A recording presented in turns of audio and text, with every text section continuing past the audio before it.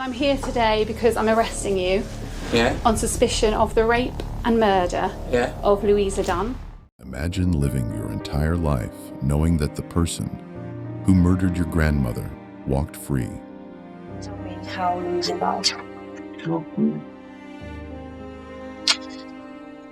Did she die as a result of your actions? No comment. And if so, what were your actions? No comment. Breathing the same air, living a normal life, while your family carried the weight of unanswered questions and unbearable pain. Now imagine that person is finally caught, not after a few years, but after nearly 6 decades. This is not a movie plot.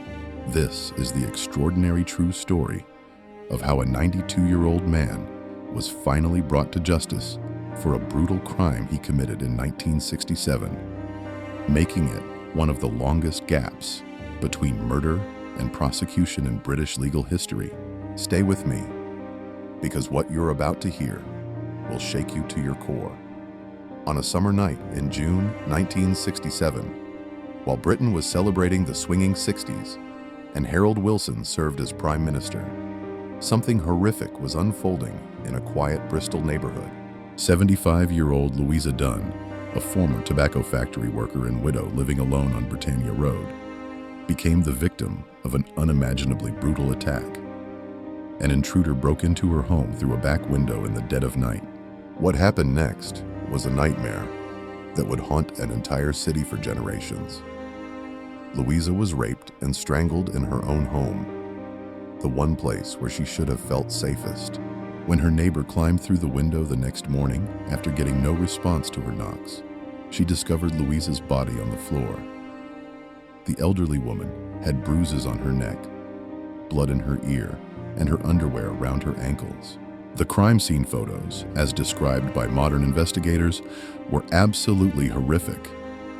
This was not just a murder.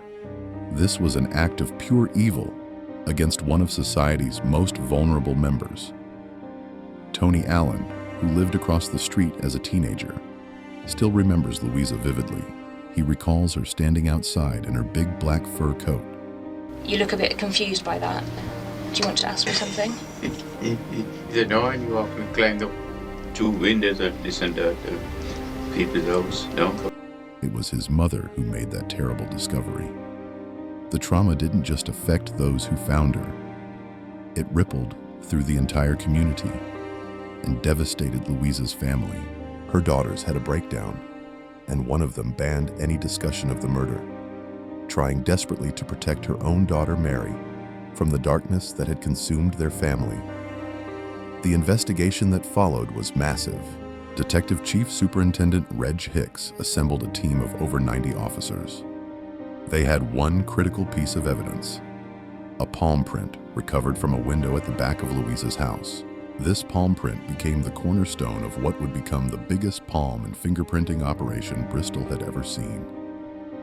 Officers went door to door with ink rollers and brass ink pads, collecting prints from thousands of residents. Detective Ernest Purcell, now 85, still has his old police pocketbooks from those 12-hour shifts. He remembers the urgent briefings, the determination, and the frustration as they collected more than 19,000 palm prints from across the city, extending the search to Ireland and even Canada. The prints? Oh, they go back into the murder investigation room. Yeah, everything would go back through there. The investigation widened to Ireland, even to Canada. But despite this unprecedented effort, the killer slipped through their fingers. The case eventually went cold, and Louisa Dunne's murderer disappeared into the shadows of history.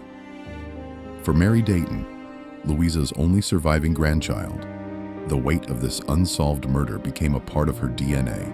She grew up in a family that had fallen to pieces, never allowed to talk about what happened, forced to suppress her grief and questions. She accepted, as many families of cold case victims do, that some murders just never get solved. Some people, she thought, just have to live with that emptiness and that sadness forever. But then came 2024. A new cold case team decided to re-examine the evidence using modern forensic technology. Heidi Miller, a police forensics specialist, was given access to the original exhibits that had been stored in the archives for decades. Put sort of filter paper over the skirt and spray it to obviously see if there's any reaction that gives them an indication that there might be semen present. And that was negative initially. Among the items was the blue skirt Louisa had been wearing that fateful night. Previous attempts to extract DNA had failed, but this time, forensic scientists used a chemical washing process that detected sperm cells. The result? A full DNA profile of the killer. When that profile was run through the National DNA Database, it hit a match. The name that came back sent chills through the investigation team. Ryland Headley. A 92-year-old man living quietly in Ipswich, originally from Jamaica, with a wife who had died 10 years earlier. Was he married? Did he have children? And they weren't allowed to say. All they could say was he's had a life. And 4 children who had no idea what their father had done nearly 6 decades ago. But here's where the story takes an even darker turn. Ryland Headley's DNA was on that database because of crimes he committed in 1977, exactly 10 years after he murdered Louisa Dunne. He had broken into the homes of 2 elderly women in Ipswich, aged 79 and 84, and raped them in the middle of the night. The details were horrifying. He threatened to strangle one victim when she resisted. He told another he was going to make love to her, while she begged him to leave her alone, asking if he would want someone to do this to his mother or sisters. Ryland Headley was caught, charged, and initially sentenced to life in prison for those rapes. But then, something almost unbelievable happened. He appealed, and a psychiatrist argued that these rapes were out of character, that he had shown no evidence of violence, that his crimes were impulsive acts driven by sexual frustration in his marriage. From the murder investigation team, had they heard about the lady who'd been murdered and so on, have that sort of a conversation with them, find out who lived there, how many people lived there. Succeeded. His life sentence was reduced to just 7 years. Soon, he was free again, living a quiet life while Louisa Dunne's murder remained unsolved.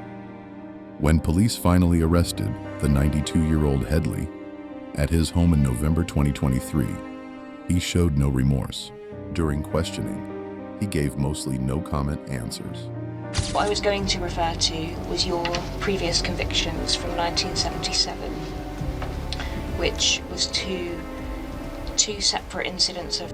When asked about the scarf and stocking used to strangle Louisa, he simply said no. When confronted with evidence of breaking into her home through the windows, he laughed dismissively. This was a man who had gotten away with murder for 57 years and clearly thought he would take his secret to the grave. The trial began in June 2024, approaching the 58th anniversary of Louisa's murder. It was the longest gap between murder and prosecution in British legal history. The evidence was overwhelming. The DNA match, the palm print that matched characteristics from the 1967 crime scene. Those items got there? No comment. Did you use those items to strangle Louisa? No comment. The striking similarities between what he did to Louisa and what he did to those 2 women in Ipswich a decade later. On June 30th, 2 days after the 58th anniversary of the murder, the jury delivered their verdict. Guilty on both counts of rape and murder. Time, and I can remember it now, there was a deep concern about it. It was a nasty sort of murder in a way. I remember that feeling. Everybody were, and the briefings. I can remember the briefings, which were always push, and we're going to get to the bottom of this. Yes, I do remember that a lot. From the scene, we had tapings from the deceased. I had a list of probably about 30 odd exhibits that had been taken from the scene that we still had and that were recovered. Mary Dayton finally had the answer she never thought would come. But justice, though sweet, was also bittersweet. All the people who knew and loved Louisa, her daughters, friends, the neighbors who remembered her, were no longer alive to see this moment. Mary stood in court representing ghosts, speaking for people who had died without ever knowing who had taken their loved one from them in such a brutal way. The question that haunts investigators now is chilling. The murder investigation team, had they heard about the lady who'd been murdered and so on, have that sort of a conversation with them, find out who lived there, how many people. What else did Ryland Headley do during those silent decades between 1967 and 1977? And what about after his release from prison in the 1980s? Police are now liaising with forces across the country, comparing his fingerprints, palm prints, and DNA to other unsolved crimes. It saddens me deeply that all the people who knew and loved Louisa are not here to see that justice is done. Ryland Headley has left a legacy of misery and pain through his offending, and likely thought he'd got away with Louisa's murder until officers knocked on his door last November. Given his pattern of attacking elderly women in their homes, there may be other victims whose cases could finally be solved. This case matters for so many reasons. It matters because it proves that no matter how much time passes. 7. Is there any legitimate reason why it might be your handprint? No, correct. Justice can still be served. It matters because it shows that advances in forensic science can reach back through decades to catch killers who thought they were safe. It matters because families like Mary's deserve answers, deserve closure.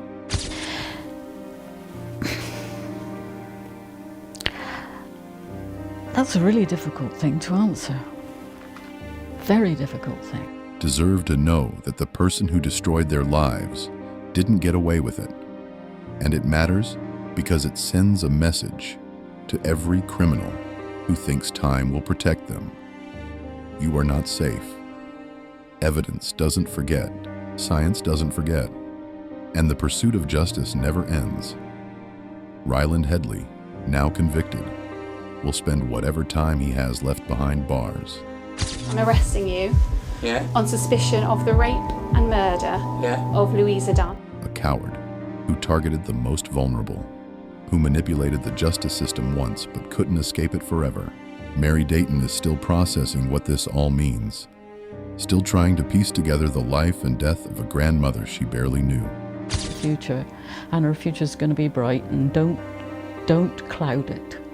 And how do you feel about that now? I think it is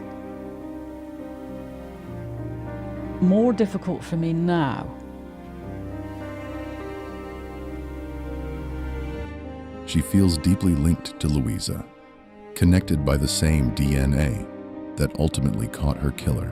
After her murder, a close friend said Louisa always spoke of the past and never the present.